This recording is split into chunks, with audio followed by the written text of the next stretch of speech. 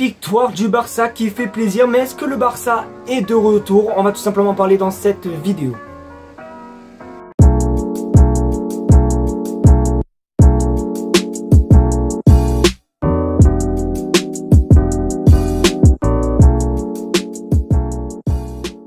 Voilà, le Barça gagne 4-1 face à la Real Sociedad. Franchement, ça fait plaisir. Une petite victoire quand même avec 3 buts d'avance. Alors c'est vrai que c'était pas du tout gagné d'avance, vous le savez, avec une première mi-temps vraiment assez, on va pas se mentir, vraiment pas très ouf, vraiment pas très ouf, avec d'ailleurs une erreur de Frenkie de Jong qui nous a valu un petit but de la part de la Real Sociedad. D'ailleurs je pensais qu'au début c'était la faute de Eric Garcia, mais pas du tout, non, c'était bien une perte de Frenkie de Jong. D'ailleurs un grand merci à toutes les personnes qui ont été présents dans le live. Comme on s'est dit dans le live, n'hésitez pas à me manifester dans les commentaires si vous étiez dans le live avec tout simplement match magnifique. Voilà, écrivez ça dans les commentaires, au moins je verrai qui a été présent dans le live. Donc du coup, pour parler du match, c'est vrai que la première mi-temps n'a pas été vraiment très ouf. Après il y a eu vraiment de l'animation directe, hein. Dès les premières minutes, but de Lewandowski en 1 minute, en 47 secondes exactement. Après but d'Alexander Isak. D'ailleurs vraiment très bon match, hein, de la part d'Isak et de Kubo. Je trouve qu'il y avait vraiment un bon petit truc. Donc va falloir faire très attention à la Real Sociedad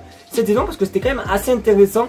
Après bien sûr la deuxième mi-temps ça a été la meilleure, on va pas se mentir. Ferran Torres il a totalement loupé son match. On va pas se mentir que moi je pensais qu'il allait faire son match. Je me suis dit ça fait longtemps qu'on n'a pas vu, on fait que le critiquer, il va peut-être nous faire taire des bouches, mais en fait on dirait que c'est reparti comme la saison dernière, tu vois.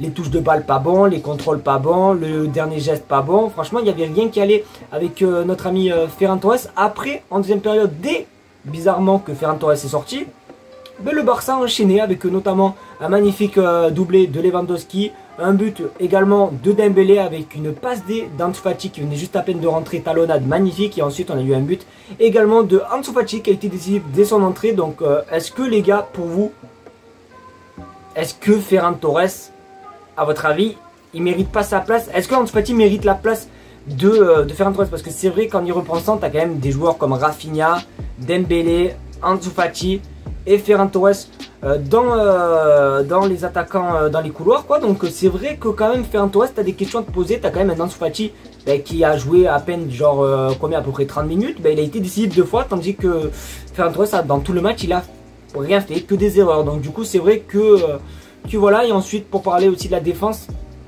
Eric Garcia, s'il te plaît Xavi, pour l'amour du club, pourquoi tu mets Eric Garcia? Et surtout à la fin, pourquoi tu nous alignes une défense avec Sergio Roberto, Eric Garcia et Jordi Alba? Pourquoi?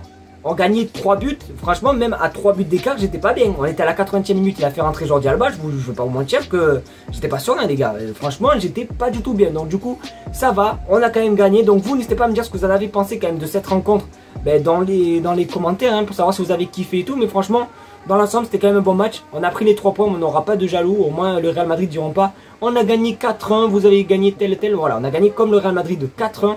En plus contre la Real Sociedad, comme j'ai dit, qui était quand même assez intéressant, avec beaucoup de combinaisons entre Isak, Kubo. C'était quand même assez intéressant. D'ailleurs j'ai oublié de préciser avant de couper la vidéo, vraiment